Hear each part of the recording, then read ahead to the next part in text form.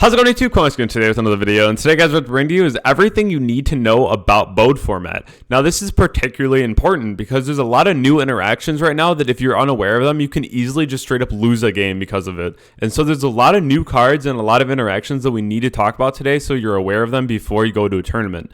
There's a lot of very surprising things that I've even seen lately that I'm like, wow, I didn't know that you could even do that. And we have all those and more in the video today for you, just so you're always playing from ahead and never from behind, which is always really nice because every time that I have like ample information going into a tournament, I feel like I just do that much better because I just know more than everyone else in the room. I do want to take a moment and say thank you all so very much for 6,000 subscribers. Thank you all so much for letting me teach you and really be the person in the community that can keep all of you up to date with all the new card interactions, all the new cards that are coming out and how they're using the format, where the hand trap. All these videos are very fun for me to make because they're always allowing me to really give knowledge. And the only reward I ever ask is that if you ever do well at a tournament, just PM me on Discord, tell me you did it, and it just honestly makes my whole week. I've had multiple people already saying, you're like, you know, hey, I just won my first case tournament because of your videos, or some of the things that you said really helped me in my gameplay. That really just goes such a long way for me and just really makes me want to keep on going and doing all the content that I do. I'm really excited for us to hit 10,000 because the second we hit 10,000, I'm hosting a massive online tournament and remote duels, which will be a lot of fun because it's all going to be on PayPal, so no shipping. That's going to be international, so I can open it up to everyone that's not just in the US. My first tournament ran amazing. First place was Guru and second place was Despia. It was a really interesting tournament. There's a lot of people who came out to play, a lot of very close matches, a lot of very good matches. I can only imagine how the next one will go. The faster we hit 10K, the faster we can figure that one out. I do just want to say thank you one more time, though, for hitting 6,000. That is amazing, and I love all of you. So without further ado, let's hop right into our video today because there's a lot of very important information that I want you all to know. The first thing that I want to talk about today is the new Brave engine. Now, if you're familiar with the Brave engine, which comes out in the Grand Creator set, which is going to be the first weekend in January, maybe the second weekend, it's the same weekend as Pasadena. So what it is basically you can put up an Omni Negate and 2 summons off the Brave engine, and it doesn't cost your normal summon. Although you can't activate your normal summon, it's still like amazing because you can normal like a Prank Kid and go full combo. But what if I told you that there's actually a Brave engine right now without even getting the new Brave engine? It's really important for you guys to pick up your Small Worlds right now. They're $15 a piece currently. This card is going to be like $50 soon. This is actually insane. This is what we thought the card would end up doing. No one really respects the card right now because it's kind of hard to figure out for some people, which is understandable, and like no one really knows what to do with it. But now there's an entire engine that you can do, and at least I know of Adamantipator Rocks, VW, and or in Sun Avalon you can even do it. And then Prank Kids. So like there's 4 different decks that you can just like do this in openly. So basically what it is so this is for Adamantipator Rocks. You can go ahead and use Small World and then reveal any rock in your hand, okay? And then you can banish Nibiru from your deck. And so since it has 600 defense, you can search Terror Top and then summon Takum Tomborg and make Gossip Shadow. Which anytime that they try to like Ash you, Valor you, Gamma you, whatever they want to do in your combo, they no longer can do because the Bamboozling can negate one of those interactions. And it doesn't like negate it, it negates it, but like it just changes the effect to both players draw a card. So it's really cool and it's a really great interaction. So even in Prank Kids right now, there's a first place list. Shout out to RUBICON for putting it on his channel. So he actually showed the first place list of pranks that was playing the Gossip Shadow engine, which is really crazy because it's literally the Brave engine before the Brave engine. And again, you can do this in Sun Avalon through like any of the like level 3 hand traps is like really good as well. You can do this in Prank Kids as well. Like I said, you can do like a Bell, you can do Fansies or Lampsies into your Terror Top. There's a lot of different ways you can go about this, but just going Terror Top into your Gossip Shadow, maybe it's another good time to pick up an ulti Terror Top because it could be going through the roof as well. This is just a very, very cool interaction that I've seen so far. I could only imagine if you could actually pull this off in like Phantom Knight even right now before the Brave engine, which I'm sure you can because this is relatively easy to do. Again, just being able to banish like the Nibiru alone is just so strong because it's just something that you're already probably running. So it's just free value at that point. So this is something that I really want to make sure that you guys are aware of because it's really cool. The next thing I want to talk about is in the format currently, there's way less Drytron now than ever before, where you might see 1 or 2 in your local rather than like the 3 or 4. It's just very, very not favored right now with the amount of Sorcerer running around. Sorcerer is taking up like a lot of events right now. And they have Chowfang in their deck, which literally says that they can't activate any light monsters in their deck. So they're just auto losing against the Sorcerer deck unless they have like a Chalice or a Droplet, which more than likely has to be a Droplet because they're not just putting up Chowfang. It's usually also like a Long Young or what have you. So it's really because the Long Young will get you to like the Baroness, so they'll have like the Omni Negate. But it's still really important. So they literally like have to have a Droplet to play the game now. So it's way less Drytron than ever before. So that's why people are feeling a lot more comfortable running less Handtraps right now, because this is a less of a factor currently. And the next thing I want to talk about is what are the popular decks right now? What are we seeing a lot of? I see a lot of Bird Up, like a lot of Bird Up. This has actually been like the most common deck I think so far that I've seen. Tied with that, honestly, is Sword Soul. Like these two took up like probably half the tournament yesterday. These are very, very common right now. Very, very good decks. I've actually seen an increase in Striker, like an actual increase because of DPE. Like a lot of people are starting to move over to Striker. And then I've also seen a lot of people playing Evil Twin as well. That's another very common deck currently. It's a little less common, but like I've been seeing like maybe 4 or 5 a tournament right now. So this is something that you definitely have to think about, or at least know how you're going to stop it and counter it when you do play against it. But these are the most common decks that I'm currently seeing in the format. So for the next thing too is I want to talk about Protoss here. So like with Protoss, if we're talking about like the most popular decks right now, it absolutely dumpsters things like the Bird Up deck, the Evil Twin deck, and it's pretty good in the mirror too, with Sword Soul. This is just one of those things where it's just like a vanity's emptiness, right? And it can be a Strut Back card effect, so that makes it even harder to out. Protoss is kind of just like ridiculous inherently. So this is something that is always sided. It's never really mained in Sword Soul. But if it's really going to be impactful for them, they'll just put it right in. And like in Sword Soul, they play so many different attributes so they can realistically hit just about any attribute they want to.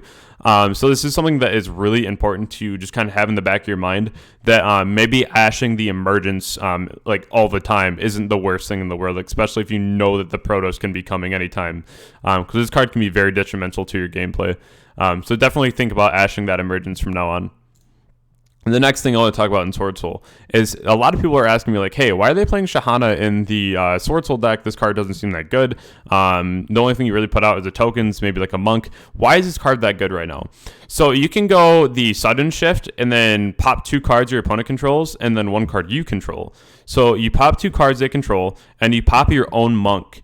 And then Shahana will activate in the hand or graveyard. It'll reborn the monk, and then you can pop a monster your opponent controls. So this will allow you to effectively pop 3 cards your opponent controls, which is really good as well. So this is just a really nice interaction that we see here. And it doesn't really require you to run much more than just like the Shahana anyway. And plus, like at worst, right, if you like summon Shahana, and then you have like Mo Yi on field and Mo Yi gets like imperm, then you can just like make Baguska, right? So like it's still like a really nice way to play this, because a lot of people in Sword Soul right now are playing like tactics to steal token collectors, or like summoning Shahana, making Baguska, and then going Zeus. So that's another thing that you should just be kind of concerned about in Sword Soul and like what they're trying to do. Another thing that you need to know though is that Sudden Shift is actually a really funny card now that I really studied it and like what it does.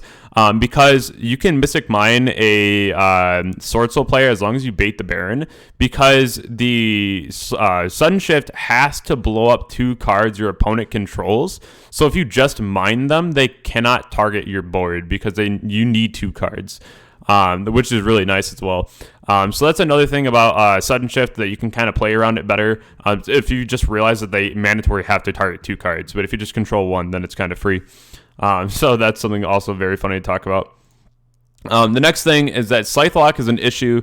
We've been seeing it more and more, especially in PK, and then we'll be seeing it more and more down the road as well. I know that even some Striker players are starting to do this as well. The Scythe problem has just been kind of an issue. Like in the past and then slowly throughout formats. But right now, I feel like it's going to be even more of an issue. That's why a lot of people are playing Chalice, especially when Brave PK becomes one of the best decks. Chalice can just stop the effect on field, so it doesn't have to worry about things like the Scythe effect popping off here, which is always nice to have, because the number one thing that you need to know about today's meta is that effect negation is just key right now. It's so good. So like Chalice in the main is fantastic. It's not just like a poor man's droplet is what people call it. It's a one-to-one interaction with your opponent that is just not really matched right now, because if you use like Veiler or something, they have tactics, you just kind of lose out. But if you save these cards for like your turn and like you go like 1-for-1 with Baroness de Fleur with the Chalice, then like the only thing they have is like a monster negate and like a trap card, right? They might have like DP if they're on that variant, or like maybe even a Grand Duke, but like that board's inherently less scary than just dealing with like the Omni as well. So it's a really good one-to-one. Droplet, Veiler, Imperm, these are all just very good cards right now, especially against like Sword Soul, especially because Baron can only negate like one time. So there's one of those things too where if you have something else to activate, you can like bait the Baron, negate it, and then it's just kind of like a vanilla on the board outside of like the Reborn effect. So like the effect negation is super good though, especially having like Chalice for the bird up deck when they're playing the Utopic Future Draco. You can go ahead and just Chalice that as well, and then that whole issue is just gone.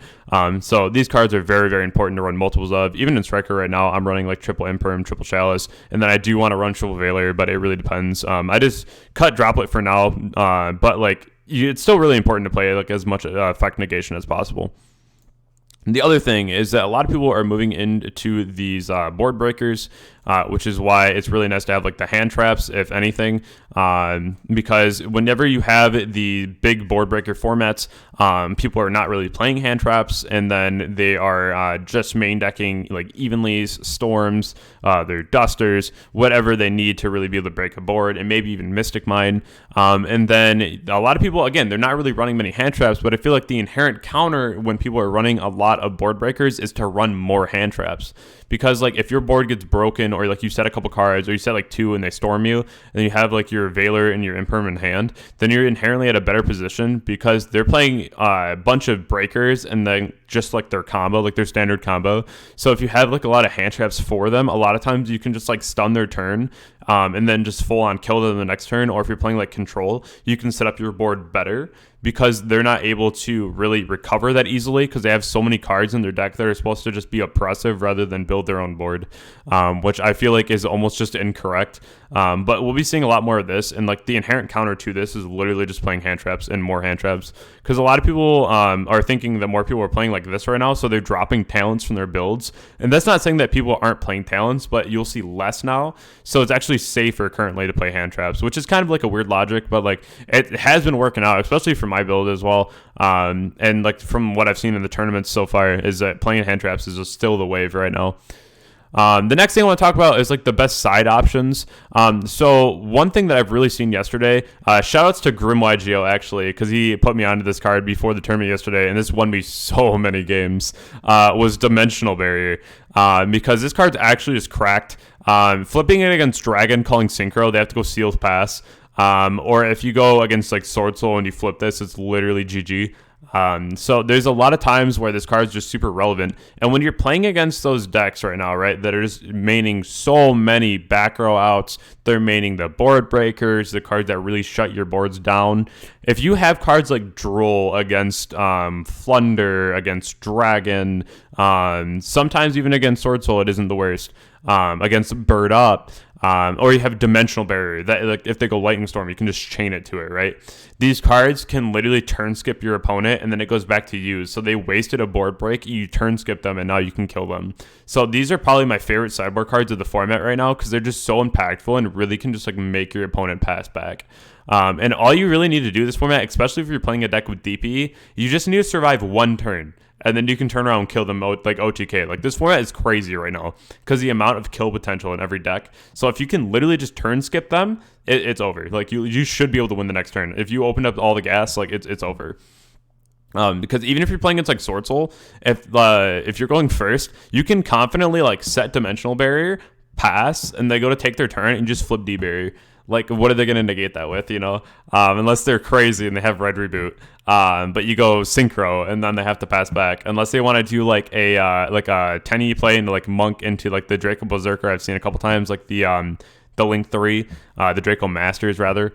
But other than that, like these cards can literally just allow you to live. So you can just like straight up kill them turn 3. So that's why I like them a lot.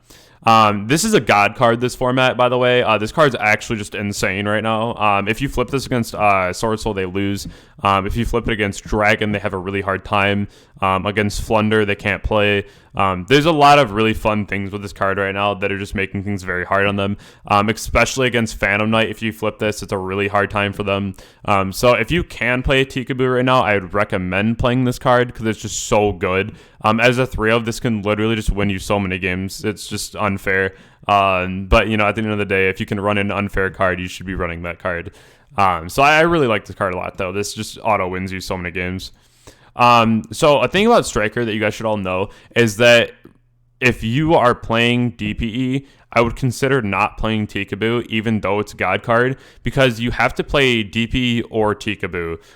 It's really risky to run them both, because what happened to me yesterday when I was playing was people started realizing that if you clear your opponent's Striker Link while they control DPE Tikaboo, they can't bring back Ray because DPE and Ray are both warriors. So then you are forced to chain your DPE on whatever is trying to attack. And it just becomes like a really rough situation where like if you're really in a bad position, then you can't like bring back Ray.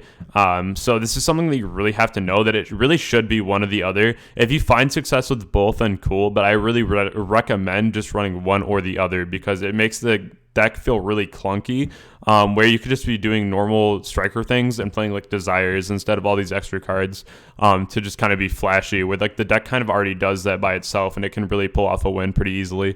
But this is why I would say just one or the other right now.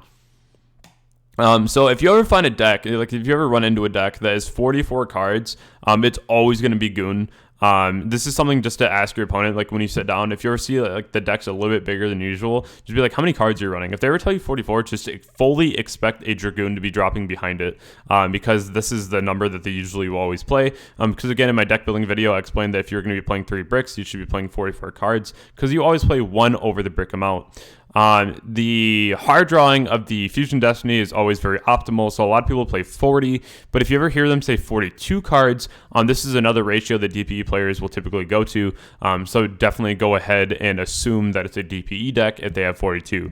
This is a very niche thing, but it's very nice to know, because you can kind of prep your plays around how you're going to go about breaking their board or setting up your own board. And this is just public knowledge. So if they were to tell you like no, they don't want to tell you like how many are in the deck, like they have to.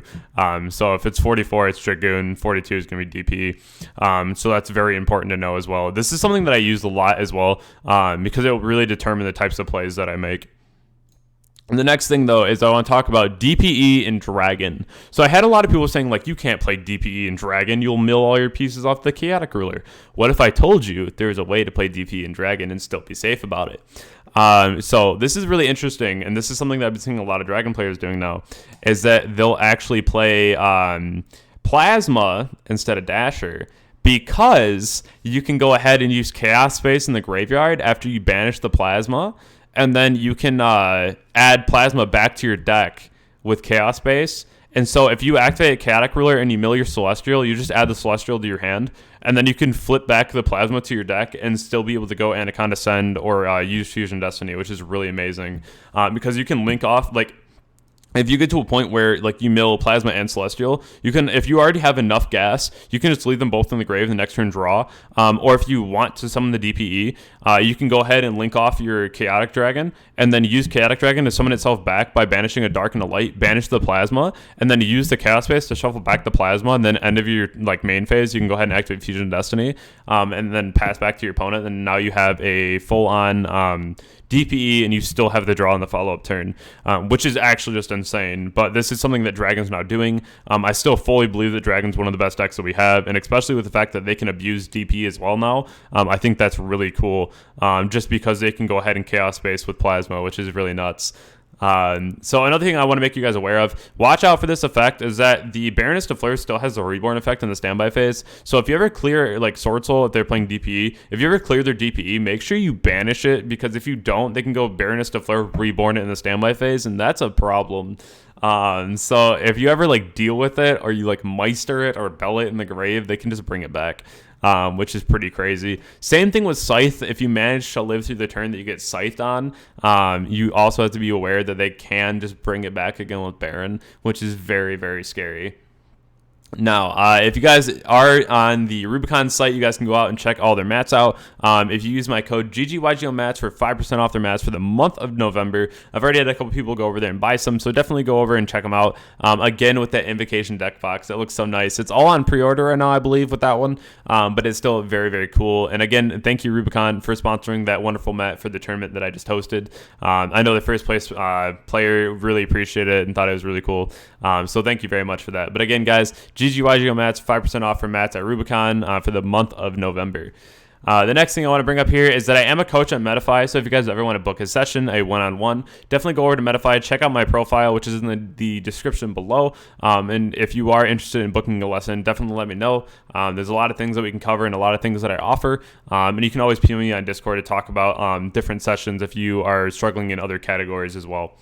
The other thing, guys, is I do have a community on Discord. If you guys do want to be a part of that, go in the description below, hit the link, and then join our wonderful family. In the deck building section alone, you can always post your decks, and everyone in the entire server will just comment on it and let you know like what you should do, or give you their own opinion on your list, which is honestly very helpful, because different insight is very nice.